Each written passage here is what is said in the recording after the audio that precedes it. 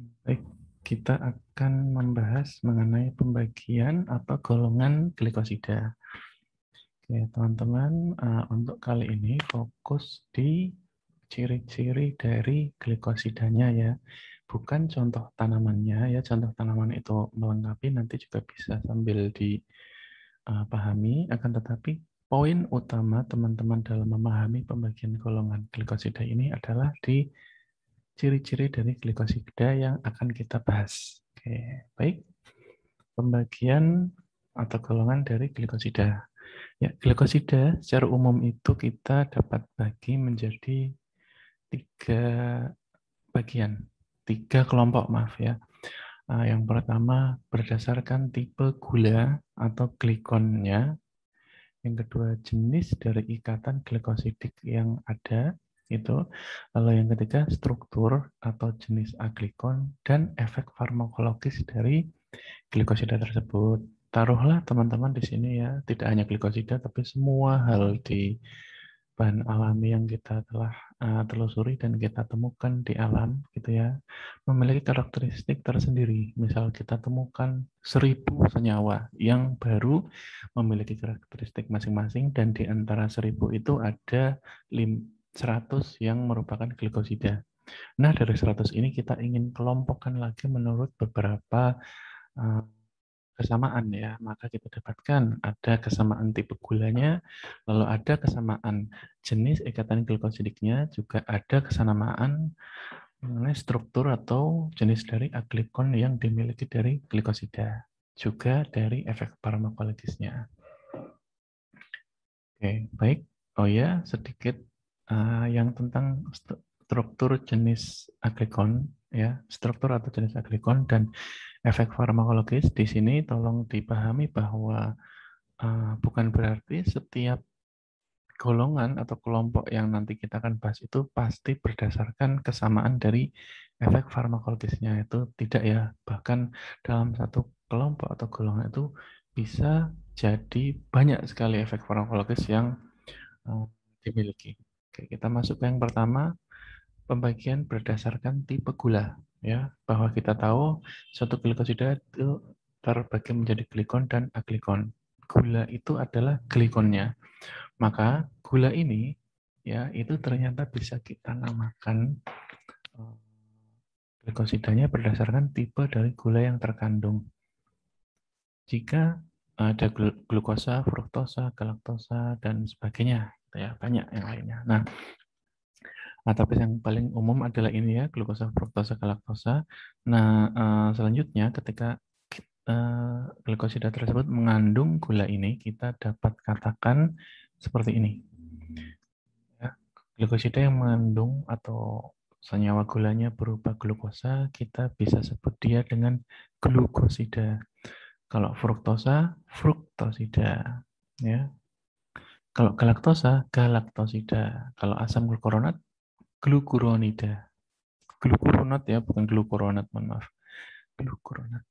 Oke, itu pembagian berdasarkan tipe gula. Yang kedua adalah berdasarkan jenis ikatan glikosidik. Kita tahu bahwa satu glikosida itu memiliki glikon dan aglikon dan dihubungkan dengan jenis ikatan glikosidik, gitu ya. Mohon maaf, dihubungkan dengan ikatan glikosidik.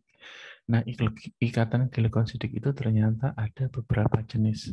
Ada yang terhubung dengan ikatan C, ada O, ada N, dan ada S. Kita namakan C glikosidik dan seterusnya sampai S glikosidik. Maka contohnya adalah seperti ini. Ini yang C glikosidik ya. Kalau dia ikatannya O yang atas kanan, kita katakan bahwa glikosida ini merupakan glikosida yang O glikosidik. Lalu yang N glikosidik itu seperti ini, yang bawah. Lalu yang kanan itu S glikosidik. Kita lihat ya bahwa S, N, O, dan C ini menghubungkan antara gula dan non-gula ya, teman-teman bisa lihat di situ. Selanjutnya inilah yang paling umum kita lakukan untuk menggolongkan suatu glikosida dan paling banyak dan umum sekali digunakan sebagai untuk membagi atau menggolong-golongkan glikosida itu sendiri ya. Nah, yaitu berdasarkan strukturnya aglikonnya dan efek farmakologi dari aglikonnya. Efek farmakologi atau sifat dari aglikonnya itu ya. Kok aglikon, mohon maaf ya, glikosidanya juga gitu ya. Oke, di sini ada banyak sekali ya, kita bisa golongkan menjadi 10. Ya, di sini saya ambil dari Taylor Farmakognosi. Ini dulu pembagiannya seperti ini akan, tetapi seiring perkembangannya waktu, semakin banyak ditemukan glukosida lain dan proposed atau diusulkan menjadi glukosida tertentu, maka kita tambahkan sedikit ya golongan glukosidanya ya. Ini seperti ini ya, menjadi 13 minimal di sini ya. Ada saponin, glikosida jantung, steviol ya, steviol, ada antrakinon, seterusnya sampai nomor 13 kemarin. Ini yang umum pada saat ini, walaupun pada beberapa bagian kelompoknya itu memang belum umum di Indonesia, belum banyak umum untuk dibahas gitu ya. Nah, tapi kita ya teman-teman bisa lihat contoh glikosida itu ada 13 kelompok dan bukan berarti hanya seperti ini, bisa banyak sekali yang lain. Cuma kalau kebanyakan kita bahas nanti kita yang bingung sendiri gitu ya. Nah, juga di masa depan sangat mungkin ditemukan berbagai macam glikosida yang baru gitu. Ya, jadi kita akan membahas banyak ini nanti, saponin dan seterusnya sampai yang kumarin. Maka kita maju ke yang pertama dulu ya, glikosida saponin. Ya, secara umum kenapa namanya saponin adalah karena glikosida ini pertama kali dikarakterisasi dari support plant yang genus ini adalah Saponaria. Ya, sehingga namanya ini ya saponin gitu ya. Nah, namanya tanaman ini sejarahnya memang dahulu sejarahnya itu digunakan sebagai sabun. Maka glikosida ini memang secara umum itu memiliki efek penyabunan gitu. Nah, kalau teman-teman keinget, oh saponin, oh berarti dia ada efek penyabunannya ya. Atau kalau kita gocok menimbulkan busa gitu. Nanti di belakang ini ada ya. Saponin ini aglikonnya itu kita biasa sebut dengan sapogenin ya. Saponin adalah glikosidanya, dihidrolisis menjadi sapogenin dan gula gitu ya. Gulanya apa ya nggak tahu, tergantung gulanya yang diikat gitu ya, glikonnya. Nah, sapogenin ini ternyata ada dua macam tipe ya. Yang pertama adalah tipe triterpenoid yang kiri ya, atau kalau ini saya kebalik ya, balik aja lah ya, kita lihat gambar aja. Yang kiri itu triterpenoid ya, ini merupakan golongan terpenoid. Lalu yang kedua adalah merupakan golongan steroid. Ini ya, terdapat kesamaan di ininya apa namanya, strukturnya gitu.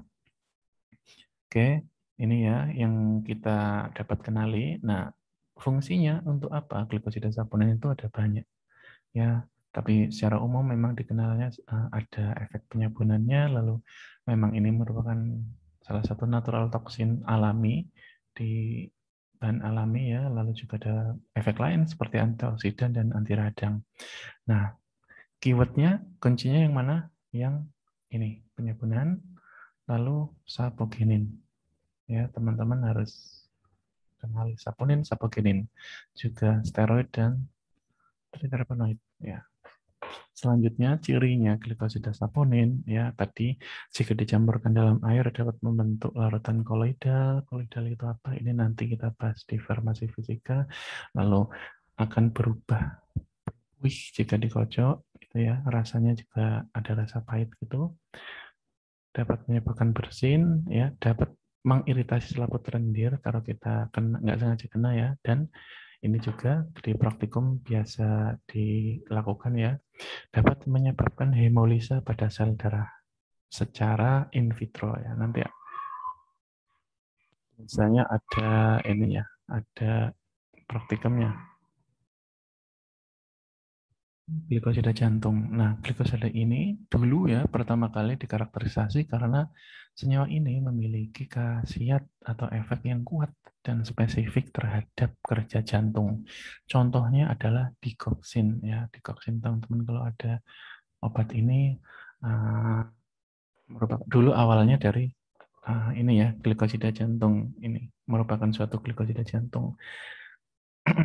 Nah, glikon dari glikosida jantung ini ya itu ada dua tipe ya, ada C23 dan ada C24.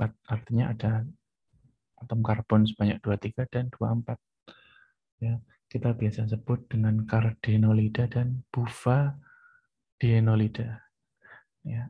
Aduh ini saya kurang nulis ya, bufadienolida. Tuh. Nah, yang membedakan adalah jumlah C-nya.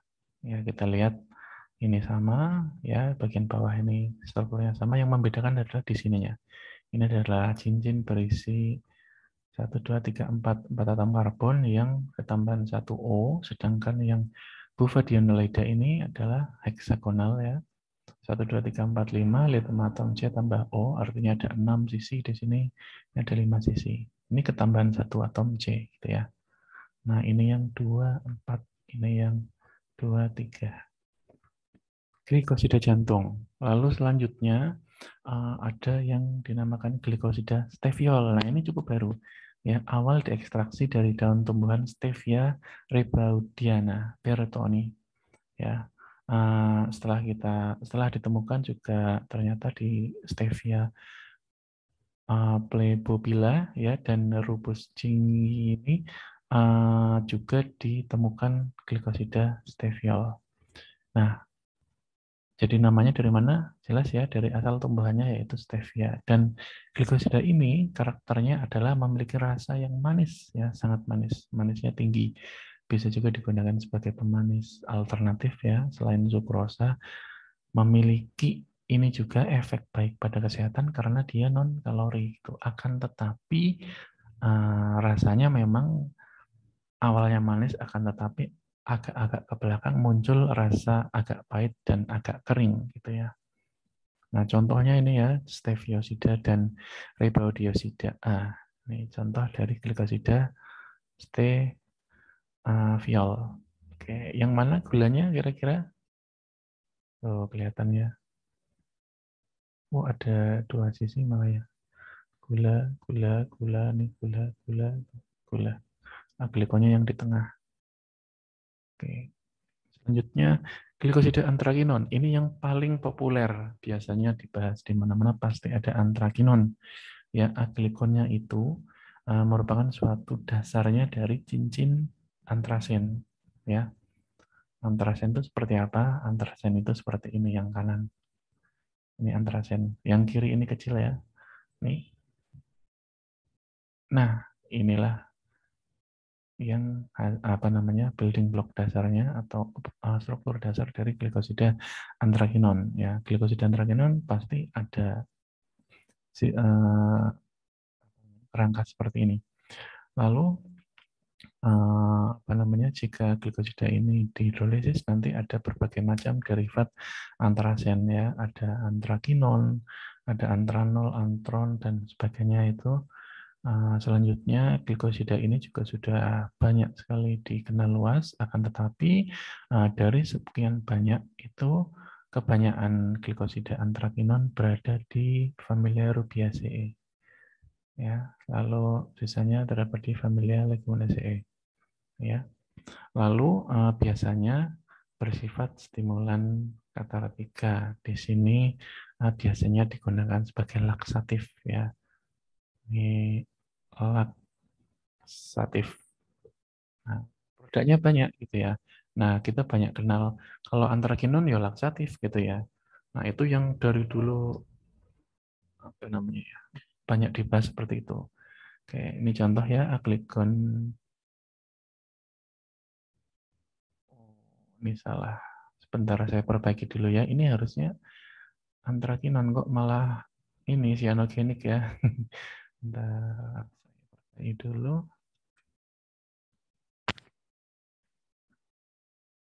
Sekarang udah baik ya, sudah betul fluid glikosida. Ini malah belum diubah lagi. Udah ya, yang ini ya ini salah. Ini harusnya antrakinon. Ya nama dari aglikonnya itu antrasen. Nah contohnya ini ya aglikon-aglikonnya tuh banyak. Tuh semuanya merupakan cincin antrasen. Ini cincin antrasen. Dasarnya seperti itu. Lalu contohnya ya ini rein, ada aloin itu ya di bawah. Ini gulanya yang kiri, ini antrakinonnya yang ini, gula yang sini, antrakinonnya ini. Ya, teman-teman harus bisa membedakan yang mana aglikon dan yang mana glikon ya. Ini gula, ini yang non gula. Ya, kalau hafalan itu gampang ya teman-teman, browsing sekarang pun di mana-mana ada. Tetapi yang paling penting harus bisa bedain yang mana glikon dan aglikonnya. Ya. Oke, lalu selanjutnya glikosida sianogenik. Ya, aglikonnya sudah jelas di sini, sian ya, asam sianida HCN. Ini ya, glikosida ini jika dihidrolisis ini glikon berkaitan dengan HCN ini, maka jika dihidrolisis akan menghasilkan asam sianida ya, atau artinya melepaskan sianida. Banyak juga dijumpai di rosaceae ya. Contohnya yang paling umum di amigdalin. Ya, amigdalin nanti ini ya, ini amigdalin itu contohnya amigdalin. Nih, ini CN ya. Ini glukos ini ya. Dua glukosa, ini O glikosidik ya. Tuh. Nah, ketika terjadi hidrolisis sampai apa namanya? komplit itu maksudnya sempurna, secara sempurna, maka si amigdalin ini dapat melepaskan HCN di sini ya, dan membentuk benzaldehid sebagai ini aglikonnya. Lalu ini ada aglikon yang kiri ya, lalu ada glukosa, dua glukosa ya. Nah, ini selanjutnya ya kegunaannya ya, ini nanti di belakang juga ada lagi untuk ini ya, perisa gitu ya. Lalu juga ada sediaan anting kanker yang ada kandungan amigdalinnya. Oke, selanjutnya isotiosianat. Glikosida isotiosianat berdasarkan dari aglikon yang aglikonnya berupa isotiosianat. Ini adalah isotiosianat ya. Nah, ini.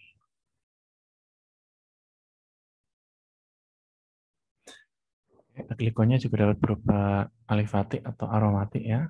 Lalu contohnya itu nanti di belakang ada sinigrin dan sinalpin, dan ada potensi anti kanker juga, anti mikroba dan sebagainya. Ya, khasiatnya banyak. Lalu selanjutnya glikosida flavonoid. Ini struktur dasar flavonoid. Ya, oke, aglikon glikosida flavonoid secara umum berupa senyawa flavonoid.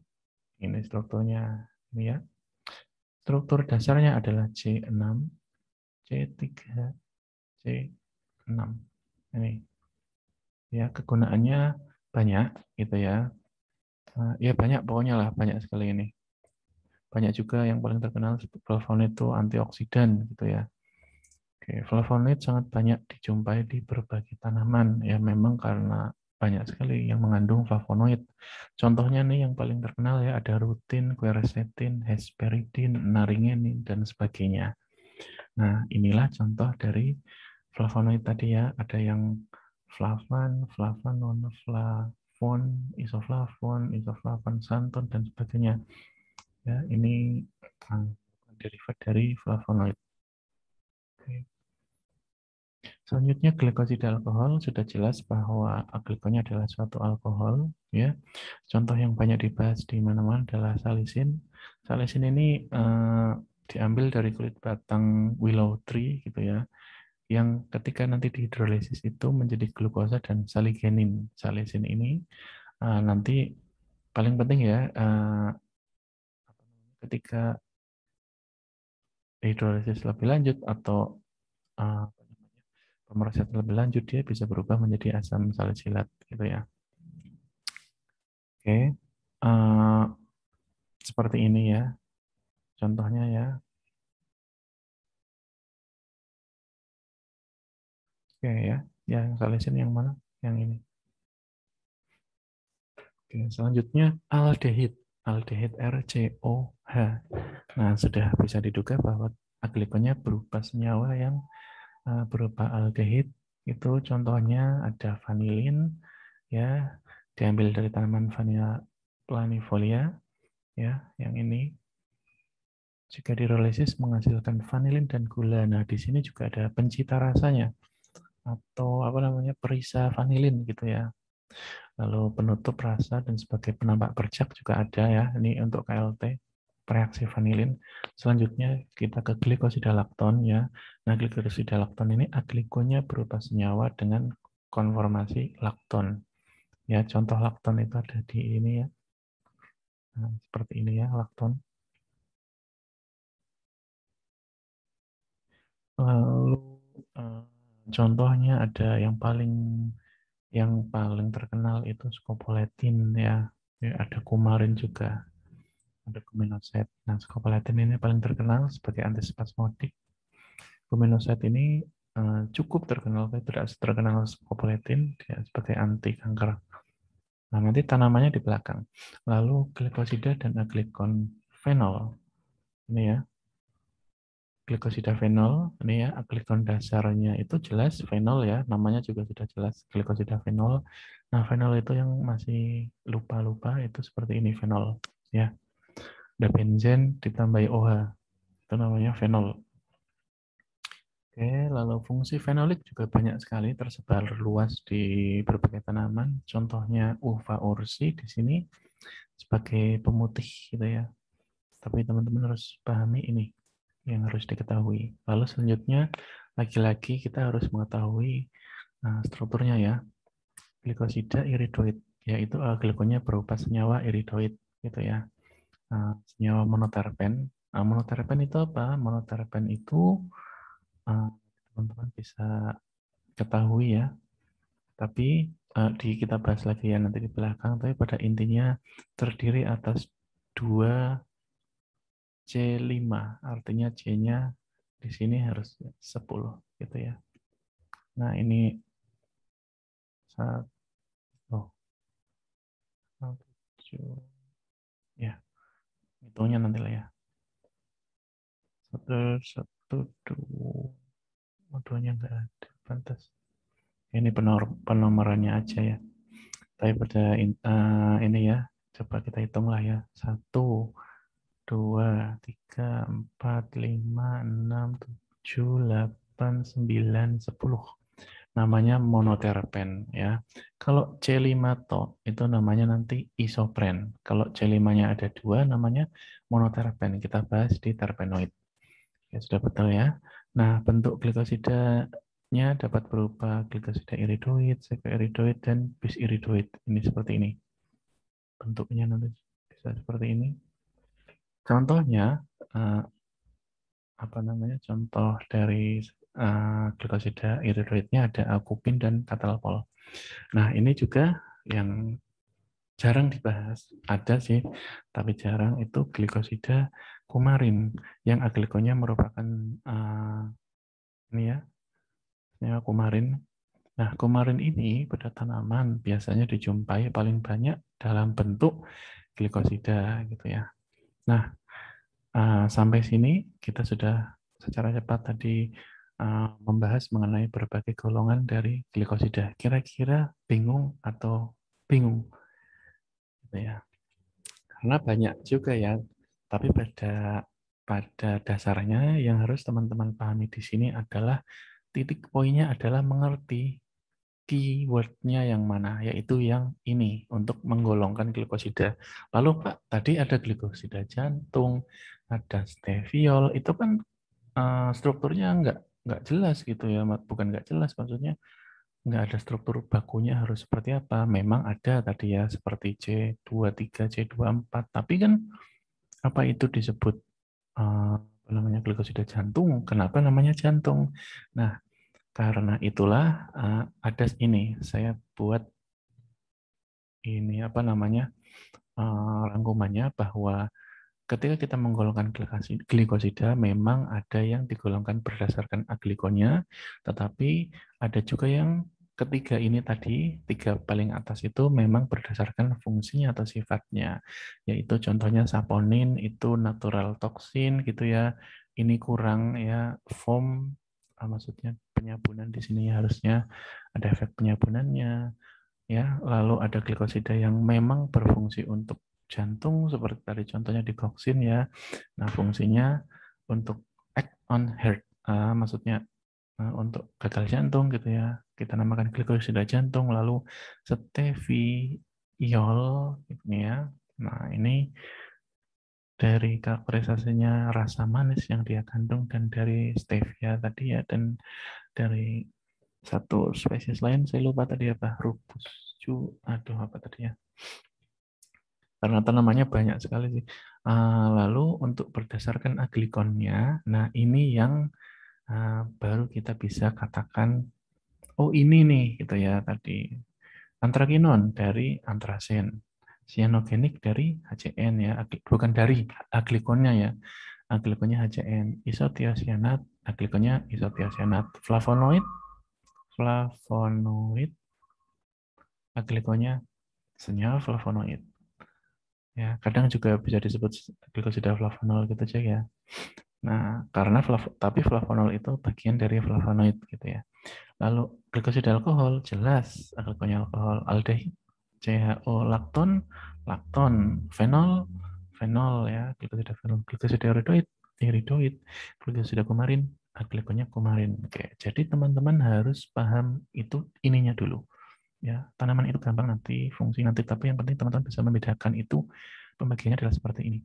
Ya, dari aglikonnya. Lalu juga ada tiga ini dari fungsinya.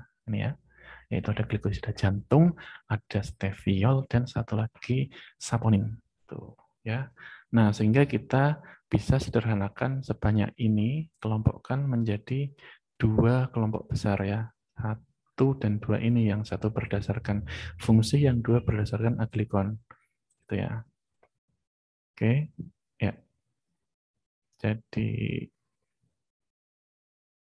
ini tadi ya.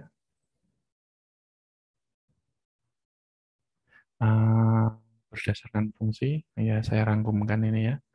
Jadi dari sini ya, yang pertama kita lihat yang ini, yang kedua nanti kita lihat yang ini. Kita masuk ke yang pertama dulu, berdasarkan fungsinya ya.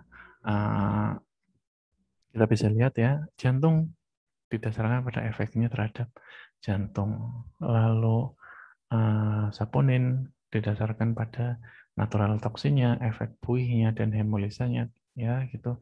Lalu yang steviol ya ini itu didasarkan pada rasa manis dan dari stevianya itu tadi ya. Nah, secara memang ada juga ini ya kesamaan sedikit dari struktur, tetapi tidak seperti ini gitu ya, bahwa dari aglikon glikosidanya sendiri kita bisa bedakan jelas sekali kalau glikosida antrakinon itu seperti apa nih ya, cyanogenik, isotiosianat, flavonoid, iridoid dan lain-lain sampai ke kumarin dan lakton, itu sudah jelas aglikonnya itu bentuk egingnya nih gitu ya. Alkohol ini nanti macam-macam banget ya, sama aldehid karena ini R. Oke ya, ini juga banyak sih. Oke, jadi pada intinya di layar ini sudah saya rangkumkan dua, jantung dan saponin dan stevia berdasarkan fungsi, yang ini berdasarkan tipe dari aglikon yang dimiliki oleh suatu glikosida ya, antrakinon dan seterusnya sampai ke kumarin, itu ada ciri-cirinya. Tuh, perkara nanti ada yang lain, ya itu urusannya dengan perkembangan ilmu. Bisa jadi ilmu yang baru meralat atau menyempurnakan ilmu yang sekarang ada. Ya, itu. Oke, baik. Contoh simplis yang mengandung glikosida kita akan bahas di video yang ketiga, tapi singkat aja. Oke.